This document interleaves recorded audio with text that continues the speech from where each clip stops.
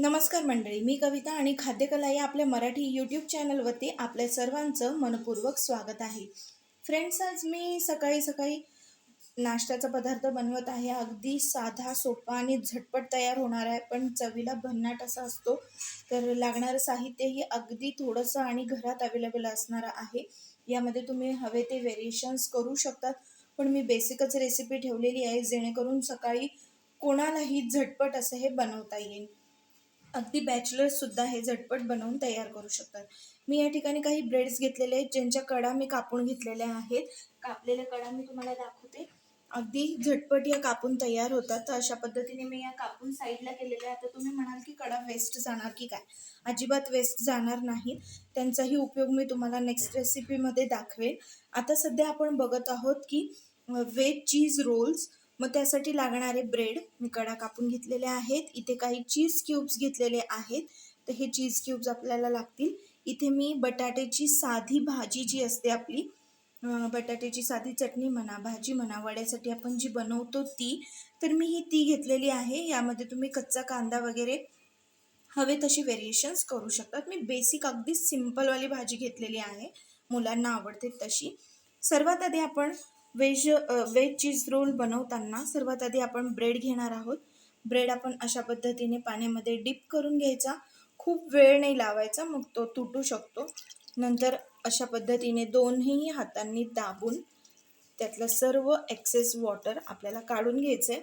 आणि अशा पद्धतीने एक छोटासा गोळा भाजीचा घ्यायचा आणि तो गोळा असा गोल गोल करायचा, मध्ये थोडासा खड्डा करायचा अशा पद्धतीने, आणि त्यामध्ये लावायचा आहे एक चीज क्यूब आणि गोल अशा पद्धतीने बंद करून घ्यायचा आहे. खूप भाजी लावण्याची गरज नाही. आणि अशा पद्धतीने आपण हा ब्रेड सर्व बाजूंनी बंद करून घ्यायचा आहे. हा बंद केला की त्याला कुठल्याही प्रकारचं वर्ण कोटिंग लावायची गरज भासत नाही आणि अगदी मस्त असा रोल बनून तयार होतो. शेप तुम्ही कोणताही देऊ शकता, तुम्हाला हवा तो. मी या ठिकाणी गोल आकार देत आहे. मी हलकासा सिलेंडर शेप दिलेला आहे, तुम्ही कोणताही देऊ शकतात. आता अशाच पद्धतीने आपण सर्व बॉल्स बनवून तयार करून घेऊया. पाहू शकता फ्रेंड्स, अशा पद्धतीने माझे सर्व रोल बनवून तयार झालेले आहेत. साईड बाय साईड मी इथे तेलही गरम करायला ठेवलेलं आहे.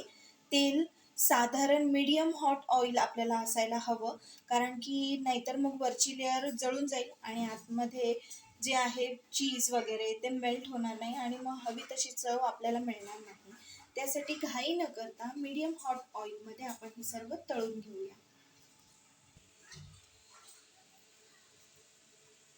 तेल मध्यम गरम झालेलं आहे. आजही आपण मध्यमच ठेवूया आणि एक एक करून अशा पद्धतीने आपण आपले सर्व व्हेज रोल्स यामध्ये टाकून छान मीडियम हॉट ऑइलवरती गरम करून घेऊया. रोल्स आपण सर्व तेलावर टाकलेले आहेत, तुम्ही पाहू शकता. अशा वेळेला रोल हलवण्याची चूक अजिबात करायची नाही आहे. 2 ते 3 मिनिटे मंद गॅसवरती आपण याला असंच तळत ठेवायचे, जेणेकरून ते सेट होईल वरची लेअर त्याची, आणि छान मग नंतर आपण याला उलटून पालटून गोल्डन ब्राऊन करून घेऊया.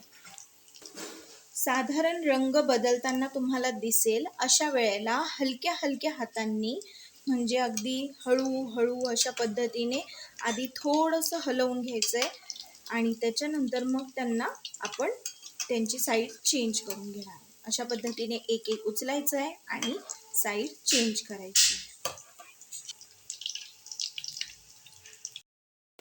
अशा पद्धतीने आपले सर्व रोल छान फ्राय करून झालेले आहेत, तुम्ही बघू शकता. अशा स्टेजला आपण हे काढून घेऊयात आणि सर्व करूया.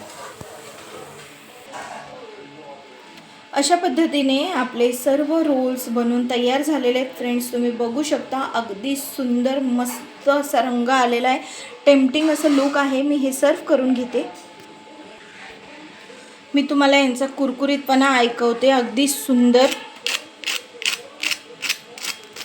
तुम्ही कोणताही रोल उचलून पाहू शकता, अगदी कुरकुरीत असा बनवून तयार होतो.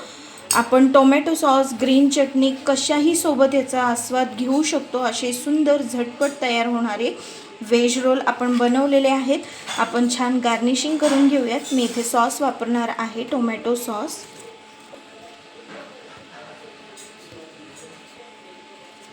अशा पद्धतीने आपली ब्रेड व्हेज रोलची रेसिपी तुम्हाला कशी वाटलेली आहे फ्रेंड्स, मला कमेंटमध्ये नक्की कळवा. अगदी चवीला भन्नाट अशी ही रेसिपी तुम्हाला कशी वाटते मला कमेंटद्वारे कळवा. अजून तुमच्या काही रेसिपीज असतील तर त्या तुम्ही मला नक्की कमेंटद्वारे सांगू शकता.